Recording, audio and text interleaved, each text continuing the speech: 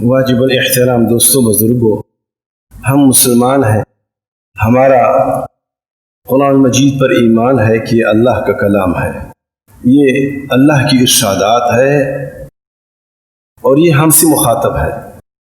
ہر بندہ یہ سوچے کہ ڈائریکٹ مجھے میرا رب مخاطب کر کے فرما رہا ہے، اور یہ حقیقت ہے۔ اللہ کا کلام یعنی اللہ رب العزت خود ہم سے مخاطب ہے اور براہ راست مخاطب کر کے گویا فرما رہا ہے۔ یہ اعتقاد ہے، یہ ایمان کا حصہ ہے۔ سرکار دو عالم صلی اللہ علیہ وسلم ہمارے نبی، ہمارے رسول، اور اللہ تبارک و تعالیٰ نے آپ کو آخری نبی بنا کر کے بھیجا اور نبوت کا دروازہ آپ علیہ السلام پہ بند فرما دیا، اور آپ علیہ السلام کی جو تعلیمات ہے ہمیشہ کے لیے آخری تعلیمات ہے۔ انسانوں کے لیے جو ہدایت آسمانوں سے نازل ہوئی ہے وہ یہ آخری ہدایات ہے، اور یہ قیامت تک کے لیے ہدایات ہے۔ ان تعلیمات پر عمل کرنا یہ مخلوق انسانوں کی ذمہ داری ہے، خصوصاً اس امت کی جو دعویٰ کرتی ہے کہ ہمارا اللہ پر، اللہ کے رسول پر ایمان ہے، ہمیں یوم آخرت پر ایمان ہے، ہمیں جنت پر ایمان ہے، ہمیں جہنم پر ایمان ہے۔ جو یہ دعویٰ کرتی ہے تو یہ تو ان کی ایمان کا حصہ ہے، اس کے بغیر تو ایمان معتبر نہیں۔ اب آگے آئیے، سرکار دو عالم صلی اللہ علیہ وسلم نے بے شمار مقامات پہ واضح الفاظ میں ہدایات دی، اپنی امت کو سمجھایا، اور قرآن مجید میں بھی کئی آیات میں اللہ تبارک و تعالیٰ نے پوری وضاحت کے ساتھ سمجھایا کہ یہود نصارہ اور کفار وہ تمہارے خیرخواہ نہیں ہو سکتے، وہ تمہارے دوست نہیں ہیں، ان سے دور رہو، ان کی پیروی مت کرو، ان کی باتوں میں مت آؤ۔ یہ ایک جگہ نہیں، بے شمار جگہ ہے۔ اور پھر سمجھانے کا انداز آپ تھوڑا سا غور کریں۔ ہم ہر نماز میں اور ہر رکعت میں کیا پڑھتے ہیں؟ اہدنا الصراط المستقیم صراط الذین انعمت علیہم غیر المغضوب علیہم ولا الضالین۔ اے اللہ ہمیں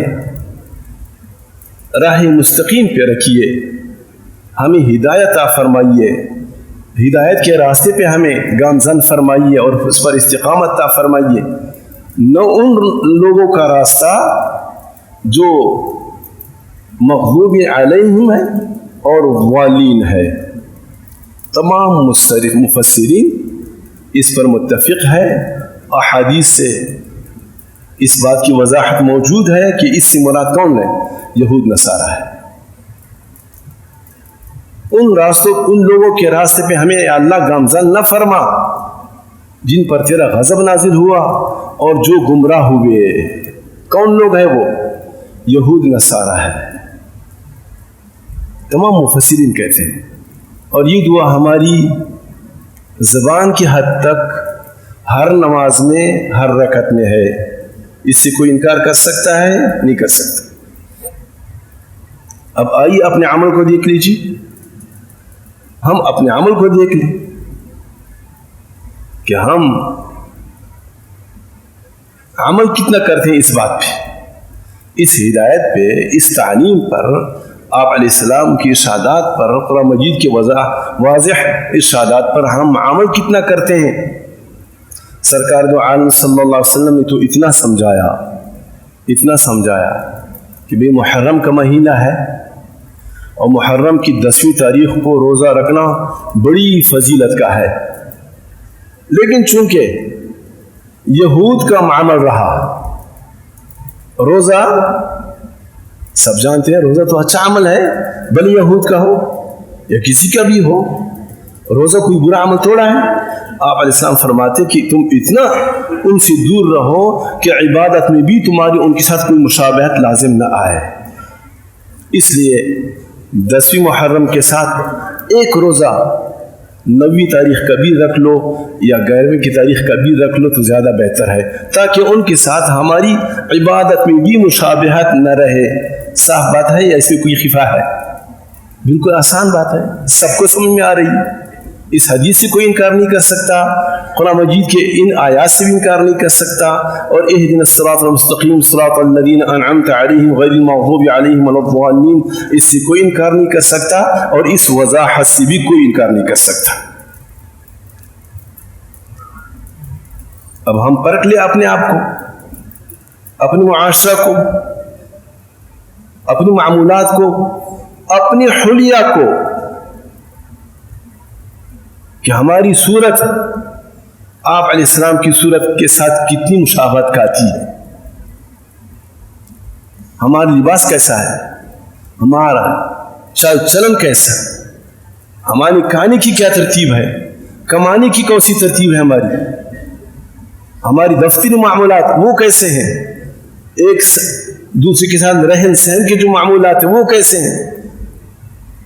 آپ علیہ السلام کی تعلیمات تو ہر میدان میں موجود ہے۔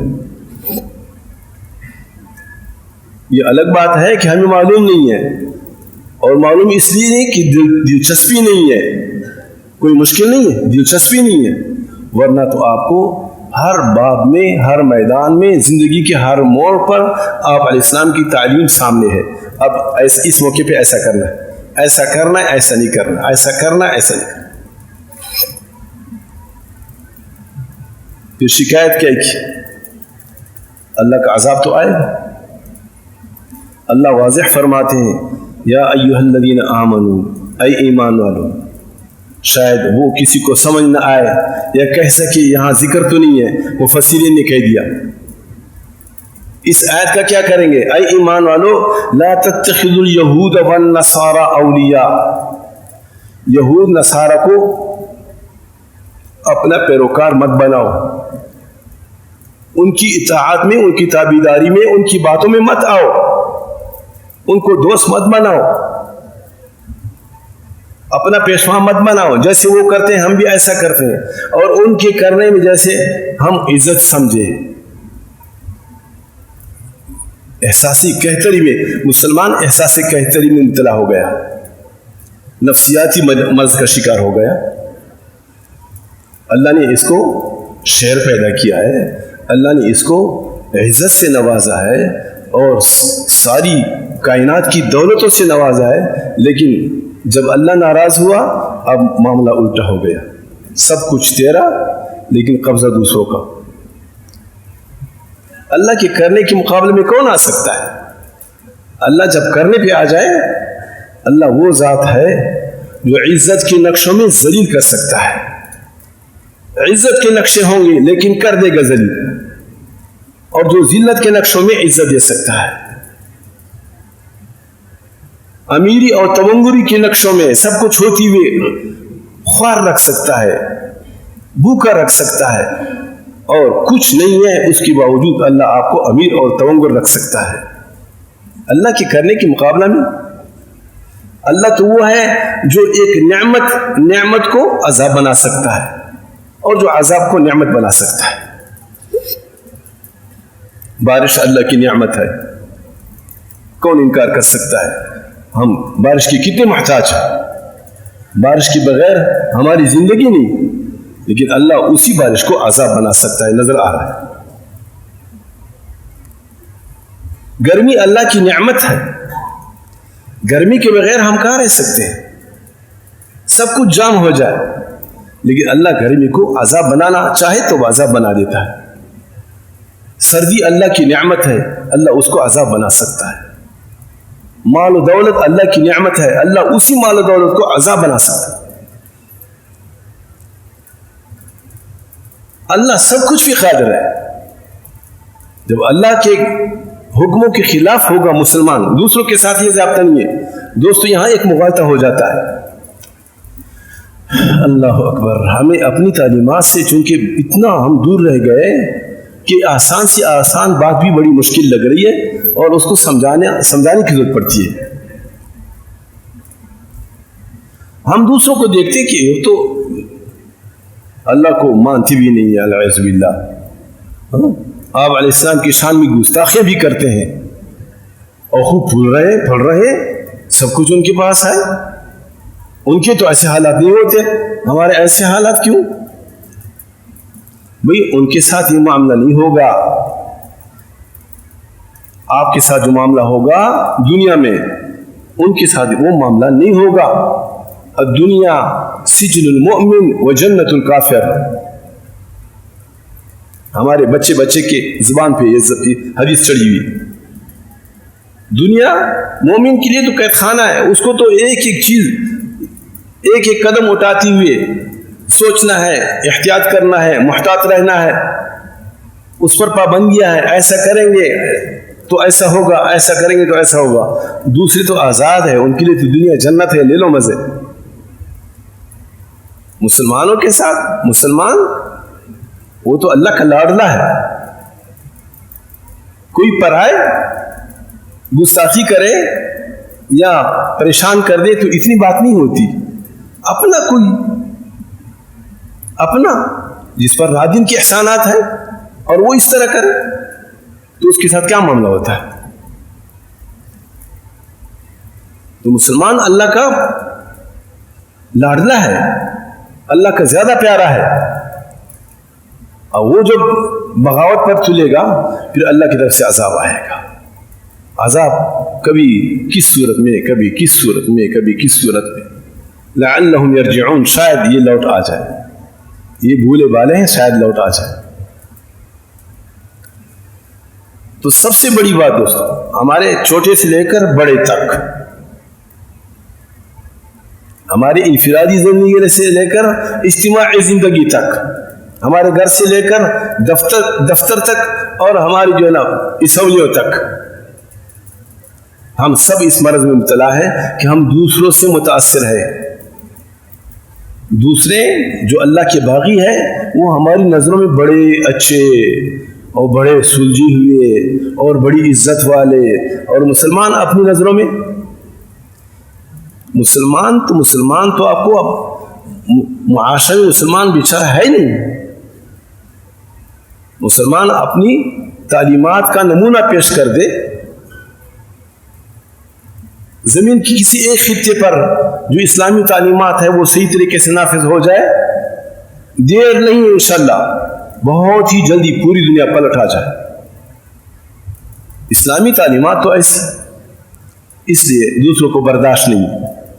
کہیں قرآن مجید کا قانون نافذ ہو جائے اور اکثریت اس پر آ جائے تو یہ کبھی نہیں برداشت کریں گی. جو طاغوتی قوتیں ہیں وہ کبھی اس چیز کو نہیں برداشت کریں, کسی بھی طریقے سے اس کو ختم کریں گے. نمونے آپ کے سامنے موجود.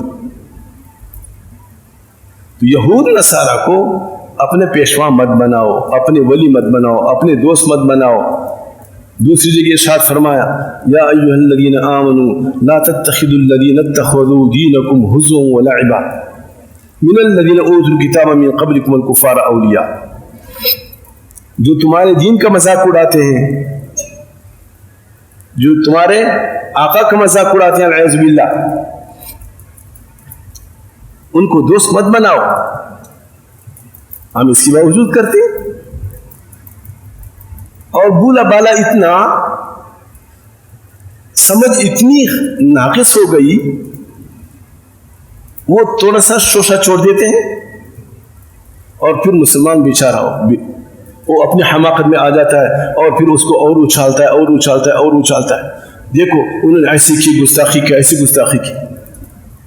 بھائی آپ کیسے اس چیز کو دیکھتے ہیں, کیسے اس چیز کو سن سکتے ہیں, کیسے اس چیز کو گوارا کر سکتے ہیں؟ جو آپ کے اختیار میں نہیں ہے ہٹا دو نظروں سے. صحابہ کرام کے سامنے ہوا,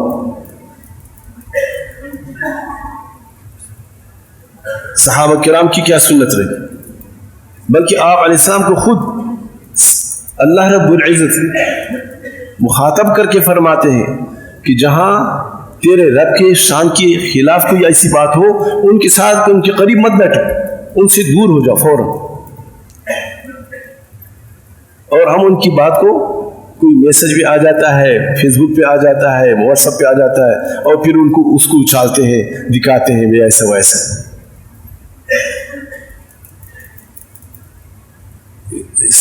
ساری جو خامی اور کمی ہے وہ یہ ہے کہ ہم دین سے دور ہے، اسلامی تعلیمات سے دور ہے.